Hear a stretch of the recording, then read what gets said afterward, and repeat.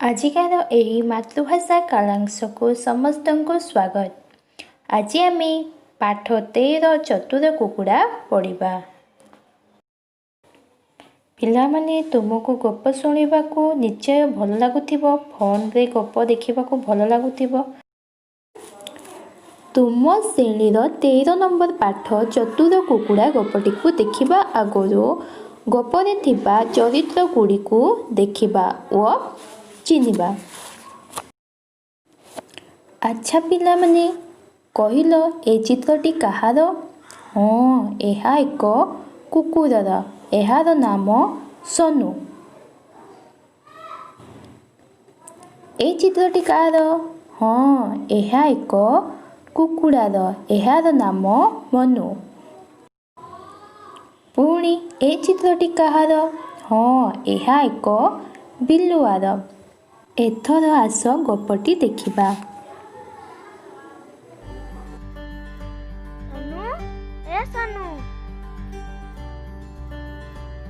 କଣ ହେଲା ମନୁ?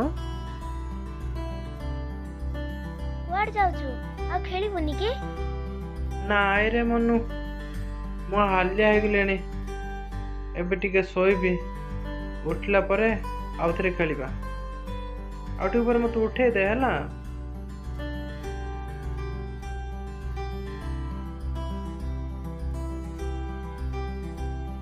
ହଉ ଠିକ ଅଛି।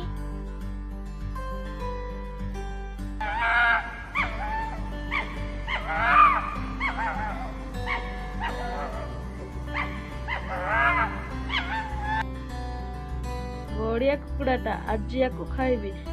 ହେଲେ କେମିତି ଖାଇବି? ହଁ, ଆଇଡିଆ।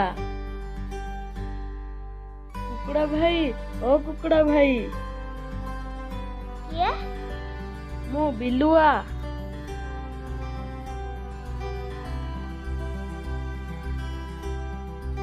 କଣ ହେଲା?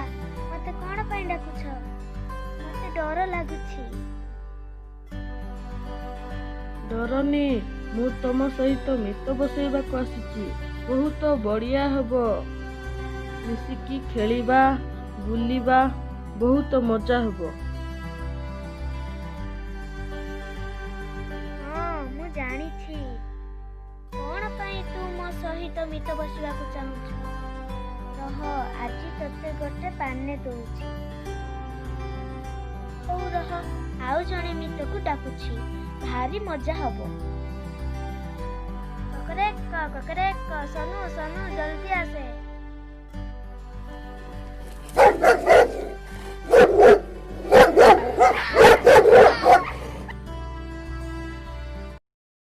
ଆସ ଗପଟିକୁ ପଢ଼ିବା। ଚତୁର କୁକୁଡ଼ା। କୁକୁଡ଼ା ଆଉ କୁକୁର ଦୁଇ ମିତ। ଦୁଇ ଜଣଙ୍କର ଭଲ ପଡ଼େ। ହସି ଖେଳି ଦିନ ବିତି ଯାଉଥିଲା। ଦିନେ କୁକୁର ହାଲିଆ ହୋଇ ଶୋଇ ଯାଇଥାଏ। ବଣରୁ ବିଲୁଆଟିଏ ଆସିଲା। ତାକୁ ଦେଖି କୁକୁଡ଼ା ଭୟରେ ଥରିଲା। ବିଲୁଆ କୁକୁରକୁ କିପରି ଖାଇବ ଭାବିଲା। ପାଖକୁ ଯାଇ କହିଲା, କୁକୁଡ଼ା ଭାଇ, ଆସ ମିତ ବସିବା। ହସ ଖୁସି କରି ଚଳିବା। କୁକୁଡ଼ା ବିଲୁଆର ଚାଲାକି ବୁଝିଲା। କହିଲା, ରୁହ, ଆଉ ଜଣେ ମିତକୁ ଡାକୁଛି।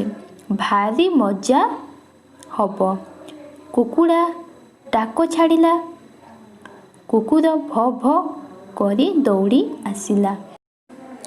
କୁକୁରର ଭ ଭ ଶବ୍ଦରେ ବିଲୁଆ ଦେହରୁ ଝାଳ ବାହାରିଲା। ହୁକେ ହୋ ରଡ଼ି ଛାଡ଼ି ପଳେଇ ଗଲା। ଛବି ଓ ଶବ୍ଦ ମିଶାଇ ପଢ଼ିବା। କୁକୁଡ଼ା ଆଉ କୁକୁର ଦୁଇ ମିତ। ବଣରୁ ବିଲୁଆ ଆସିଲା।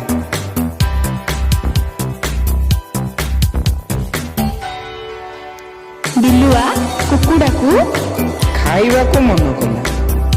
କୁକୁଡ଼ା କୁକୁରକୁ ଡାକିଲା।